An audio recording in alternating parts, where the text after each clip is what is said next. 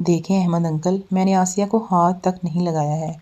اس کی ماں نے ہی مجھے کہا تھا میں اسے اکیڈمی تک چھوڑ آؤں۔ میں بس اسے چھوڑنے ہی جا رہا تھا۔ اب آپ آ گئے ہیں تو میں گھر جاتا ہوں۔ احمد انکل کو دیکھ کر وہ گیدڑ کی طرح ڈر کر وہاں سے بھاگ نکلا۔ میں اس جگہ پر احمد انکل کے ساتھ اکیلی کھڑی تھی۔ وہ نشے میں نہیں تھے، مگر ان کا رات والا روپ آنے پر میں اپنی آنکھوں پر ہاتھ رکھ کر رونے لگی۔ تم رو کیوں رہی ہو؟ کہیں اس عدنان نے تمہارے ساتھ بدتمیزی تو نہیں کی ہے؟ مجھے بتاؤ، میں ابھی جا کر اسے سیدھا کرتا ہوں۔ وہ میرے کندھے پر ہاتھ رکھ کر نرم لہجے میں بولے۔ میں تمہیں ان سے کسی اور رویے کی امید لگا کر بیٹھی تھی۔ میں نے اپنی آنکھوں سے ہاتھ ہٹایا اور احمد انکل کو گھور کر دیکھنے لگی۔ وہ رات سے بالکل مختلف تھے۔ میرے ساتھ آؤ، میں تمہیں اکیڈمی چھوڑ آتا ہوں، وہ اچھے انسان کی طرح بولے۔ میں بھی ان کے ساتھ چل پڑی کیونکہ مجھے سچ جاننا تھا۔ احمد انکل، آپ روز شراب پی کر ہمارے گھر کے باہر تماشا کیوں کرتے ہیں اور مجھے اپنی بیوی کیوں کہتے ہیں؟ کیا سچ میں ہم دونوں کی شادی ہوئی ہے؟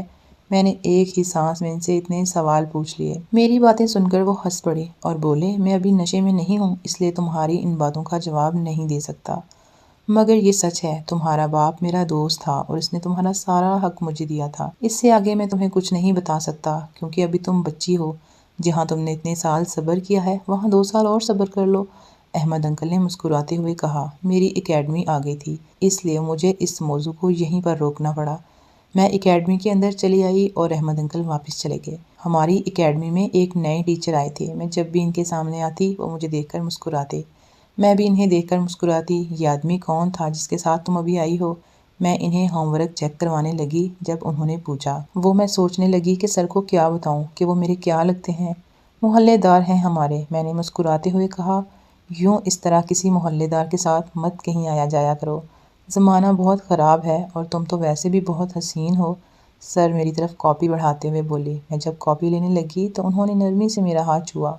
میرا چہرہ شرم سے لال ہو گیا۔ میں کاپی لے کر اپنی جگہ پر آ گئی۔ میں بھی سر کے پاس ہوتی مجھے بہت اچھا محسوس ہوتا۔ اکیڈمی سے گھر واپس آئی تو مجھے معلوم ہوا امی انکل کے ساتھ شاپنگ پر گئی ہوئی ہیں۔ میں کچن میں اپنے لیے خود ہی روٹی بنا رہی تھی جب عدنان مجھے پیچھے سے مضبوطی سے پکڑ لیا اور اپنا گنا میری پچھلی مشین میں ڈالنے کی کوشش کرنے لگا۔ میں نے اسے دھکا مار کر پیچھے کیا۔ یہ تم کیا حرکتیں کر رہے ہو؟ خبردار جو مجھے اس طرح کچھ کیا یا میرے قریب بھی آئے۔ میں غصے سے جھڑک کر بولی۔ اچھا سوری نا، میں جانتا ہوں تم مجھ سے خفا ہو کہ میں نے تمہیں احمد انکل کے پاس اکیلا کیوں چھوڑا، لیکن وہ بہت خطرناک انسان ہے، ان سے بچ کر رہنے میں ہی میری بھلائی ہے۔ وہ اپنی صفائیاں پیش کرنے لگا۔ میں اسے اپنے راستے سے ہٹا کر اپنے کمرے میں آ کر کپڑے تبدیل کرنے لگی۔ کپڑوں پر گھی گر گیا تھا، کپڑے تبدیل کر رہی تھی۔ کمرے کی کھڑکی کھلی تھی۔ عدنان اس کھڑکی سے مجھے کپڑے تبدیل کرتے ہوئے دیکھنے لگا۔ وہ میرے چھوٹے چھوٹے پہاڑوں کو دیکھ کر اپنا سینہ میرا سینہ سمجھ کر مسلنے لگا۔ کپڑے پہن کر میں باہر آنے لگی تو وہ فوراً پیچھے ہٹ گیا۔ دروازے پر دستک ہوئی۔ میں نے دروازہ کھولا۔ سامنے ایک انجان شخص کھڑا تھا۔ آپ کون؟ میں نے ان سے پوچھا۔ تمہارا تایا ہوں پتر، انہوں نے میرے سر پر شفقت بھرا ہاتھ رکھ کر کہا۔ کسی مرد سے پہلی مرتبہ پتر لفظ سن کر مجھے بہت اچھا لگا تھا، ورنہ ہر مرد مجھے گندی نظروں سے ہی دیکھتا تھا۔ میں تایا کو گھر کے اندر لائی اور پانی پلایا۔ تایا عدنان کو مشکوک نظروں سے دیکھنے لگے اور بولے، یہ لڑکا کون ہے؟ ہمارا کرایہ دار ہے یہ تایا جان، میں نے بتایا۔ چل لڑکے بھاگ یہاں سے، انہوں نے غصے سے عدنان کو وہاں سے جانے کو کہا۔ وہ بزدل انسان تھا اس لیے فوراً وہاں سے بھاگ گیا۔ تایا جان سرسری نگاہوں سے گھر کا جائزہ لینے لگے اور بولے، تمہاری ماں کہاں ہے؟ گھر میں دکھائی نہیں دے رہی ہے۔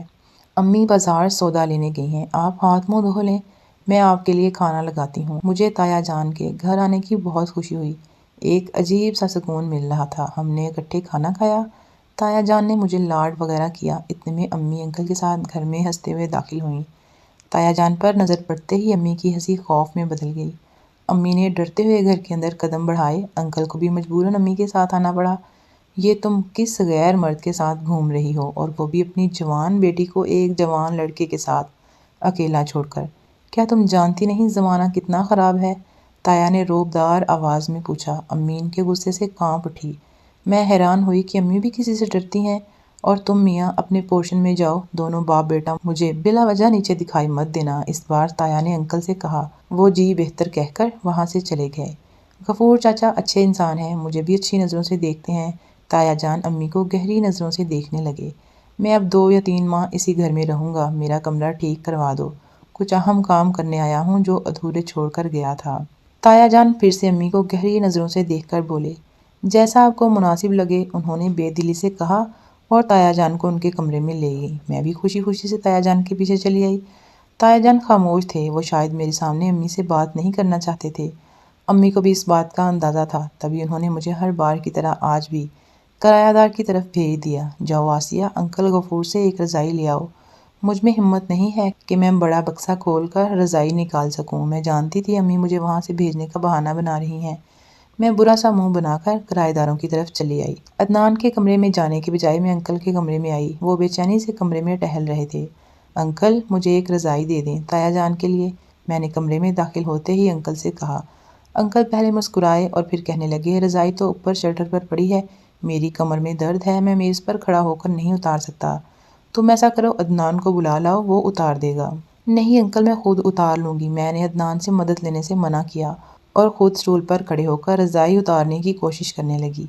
انکل کا ایک ہاتھ میری کمر اور دوسرا ہاتھ سٹول پر تھا۔ رضائی دور پڑی تھی، میں آگے بڑھ کر اسے کھینچ رہی تھی جب انکل مجھ سے پوچھنے لگے، آسیہ تمہیں زیادہ اچھا کون لگتا ہے، میں یا تمہارے تایا جان؟ انکل کی بات سن کر میں نے گردن جھکا کر ان کی طرف دیکھا۔ میں سمجھی نہیں انکل، آپ کیا کہنا چاہ رہے ہیں؟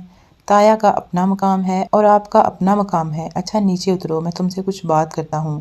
انکل نے مجھے کمر سے پکڑ کر نیچے اتارا اور میرا ہاتھ پکڑ کر صوفے پر بیٹھے۔ میں تم سے جو بات کرنے والا ہوں اسے تحمل سے سننا اور اس بات کا ذکر کسی سے مت کرنا۔ میں ابھی تمہارا انکل ہوں، اگر تمہیں مجھ سے اور اپنے نئے تایا میں سے کسی ایک کو اپنے لیے چننا پڑے تو تم کس کو چنو گی؟ میں تمہارے ساتھ اپنا رشتہ بدلنا چاہتا ہوں، پلیز انکار مت کرنا۔ انکل میرا ہاتھ پکڑ کر مجھ سے استدعا کرنے لگے۔ کیسا نیا رشتہ انکل؟ میں نے حیران لہجے میں پوچھا۔ تم آؤ میرے ساتھ، اب جو بات ہوگی تمہاری ماں کے سامنے ہوگی، وہی تمہیں بہتر طریقے سے سمجھا سکے گی، انکل نے کہا اور میرا ہاتھ تھام کر مجھے نیچے لے آئے۔ میں برا سا منہ بنا کر ویورز، کہانی کا اگلا پارٹ دیکھنے کے لیے چینل کو جلدی سے سبسکرائب کریں تاکہ جب میں اس کا اگلا پارٹ اپلوڈ کروں تو اس کا نوٹیفیکیشن آپ لوگوں کو سب سے پہلے ملے۔